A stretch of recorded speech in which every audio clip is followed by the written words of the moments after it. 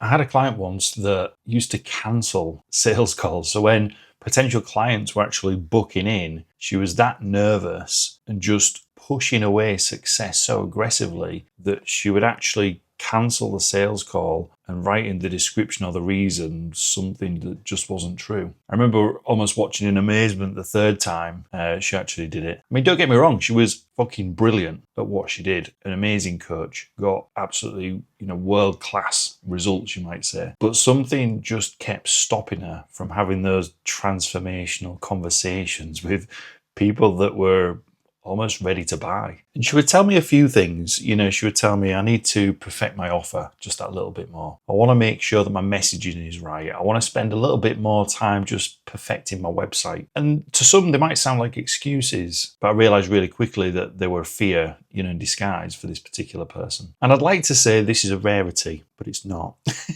Does every person cancel sales calls when they come in? No, but these behaviors look a little bit different with other people that we've worked with over the years. So yes, I would say it's probably one of the more common patterns that I see, when we work with coaches and consultants. And it's not even that these people can't sell. They're not even giving themselves the opportunity to even try. And when we really dug into it, deep down, they'd made selling mean something terrible about who they were as a person. They made it mean they were pushy, or they were manipulative, or one of those people only cares about money and not about impact. And so they would hide. They would hide behind endless preparation, behind perfectionism, behind this comforting lie that I'm sure you've told yourself, and I certainly have before, that you're just not ready. Years of experience tell me that there's a truth that's sort of hiding underneath the surface, if you like, of all of these reasons and excuses. And I will also say that your ability to sell is not a nice to have skill. It is the lifeline. It's the lifeblood, of your business. And again, I can tell you from experience, it doesn't have to feel gross. It doesn't have to feel manipulative. And it certainly doesn't require you to become someone that you're not. In contrast, actually, the best selling that I've witnessed happening and have experienced through myself happens when you are truly you, when you are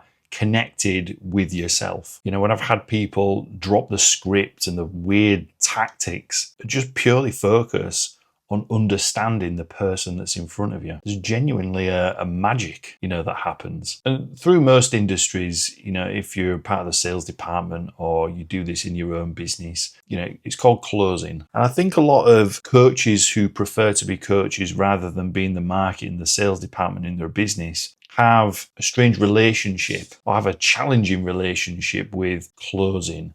Because if you go and look at films and materials out there, how to be a closer, how to be better at sales and closing people, there's some really hyped up, pushy, manipulative things that are taught to people. Now, through my eyes, closing isn't what most people think it is. It's not about convincing or persuading or even overcoming objections, despite there being a lot of objection handling cheat sheets out on the internet to download for free. My opinion is it's about creating a space of where people can make truly powerful and life-changing decisions for themselves, where finally they get to see what's possible and then choose whether they actually want to step into that possibility with you. I like to tap into my own experiences when I take care of people and try to create some sort of link between their life experiences, mine, and try and teach through stories or just, the spectrum of my own personal life experience and see if I can find something that I can grasp a hold of. Now, for me personally, I really love selling to people, not because I believe I am a great salesperson.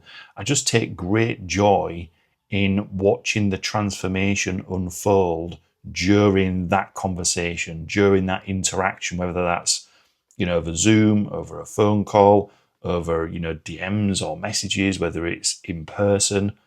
I truly love it. So maybe me sharing a few of the reasons or a few of the anchoring points of why I love selling, they might be useful to you. Because I've shared these with people over the years when I've coached them, and they've gotten some really great results or some great shifts in perspective from just these few things. And for the sake of time, so this doesn't turn into, some sort of monstrosity, I'll skim on the surface of these few things, and then you can do your own deeper research into if they're relevant for you. So the first thing is I stopped seeing selling as something that I did to people. And I started seeing the space that was created during a sales interaction as something that I created with them. More of a collaboration and not a conquest. And I see this sort of conquest mentality and I am better than you being taught in a lot of places. Not everywhere. I know some truly great sales coaches and some sales people, but this requirement to almost like pump yourself up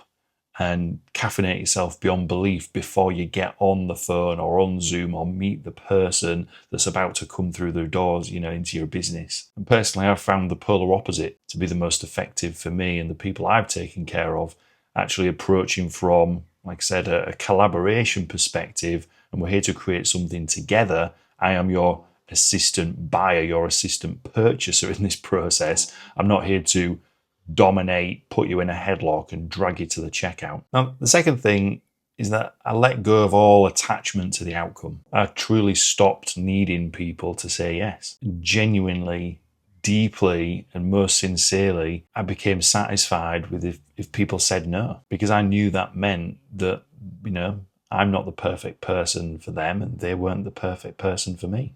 And honestly, I only want to work with people that are all in. And whether that meant, because I've worked on sales contracts in other people's businesses and gained ground there. I worked in a family business when I was 15 years old. And it just never felt right in my gut to push somebody to say yes, unless it was going to be truly transformational for that person. And they had already admitted to me and themselves out loud during that space of creation that, hey, you're going to need to give me a push and a shove here because I'm going to book. I'm going to book like a wild horse. And thirdly, I embraced silence. I embraced shutting the hell up. I embraced that space that is created where the other person can think. They can breathe into that quiet. And that can be quite uncomfortable for people when the other person is thinking, processing, making a decision. And again, this is taught fairly vastly. But I can tell you from the non-Wolf of Wall Street beating your chest camp that silence is and should be given to those people that you spend time with respectively or in a respectful way. Yeah, I think in a respectful way. Because if you've taken somebody through a transformational experience of where at the beginning of your time together, they felt like one person, and you've danced around the big things in their life that they're trying to move past, they're trying to push to one side, they're trying to climb on top of. When the decision finally comes to make that leap, it's a big leap. So providing that silence, that quiet space and time gives them genuine processing time. So don't fall into the trap, I would suggest, of filling that space with more convincing, with filler words, with shuffling around in your chair and making weird noises and faces or whatever else you might be doing. And the client that I actually mentioned, right back at the beginning, when I finally got the opportunity to watch and listen, to some of her sales calls, I have to admit I was a little bit heartbroken. We'd not got to the point of where I was teaching her the actual sales process that we teach. But I have to say, for the first 40 minutes of her calls, she was brilliant. When she wasn't cancelling them off her calendar, that is. She was asking insightful questions. She was really listening. She was building beautiful rapport with people. And then there was this moment of where they had to begin talking about actually working together. And she would just completely fall apart. Her voice changed, her energy shifted, and she would actually apologize for her prices to the people she was speaking to. Just doing little things that I'm sure you've either done yourself or you've seen, colleagues do, offering discounts when the person on the receiving end wasn't even asking. And then ultimately, she was essentially talking herself out of working with that person, and they would end up saying no because the space was just strange and it wasn't relaxed anymore. It was almost anxious. There was almost this undertone of buzziness that made it really difficult for that other person to say yes. And I think whilst I'm here, sort of telling this story, it probably brings in a little number 4 bonus. And although, yes, the words that you say, those can matter. More importantly, it's about who you believe you are in that moment. And not just the moment, it's also before and leading up to it. And then eventually who you believe you are eternally. You know, in the sales scenario, do you believe you are bothering someone? Or do you believe that you're offering somebody something that is going to change their life forever? Because those are two very different people that are going to show up in that moment when there's potential resistance coming from that person that has potentially lived there in that place that they've expressed to you where they don't want to be anymore. You know, do you see yourself as someone that's taking something from that other person? Or do you see yourself as someone that's creating value with them? You know, so the coaches and consultants that I see do really well, you know, with selling, they're not using manipulative tactics. They're not using scripts. When it's really boiled down, they're having simple, honest, open-hearted conversations from a place of confidence and sincere service. Anyway, I hope this was useful. I'll see you in the next one.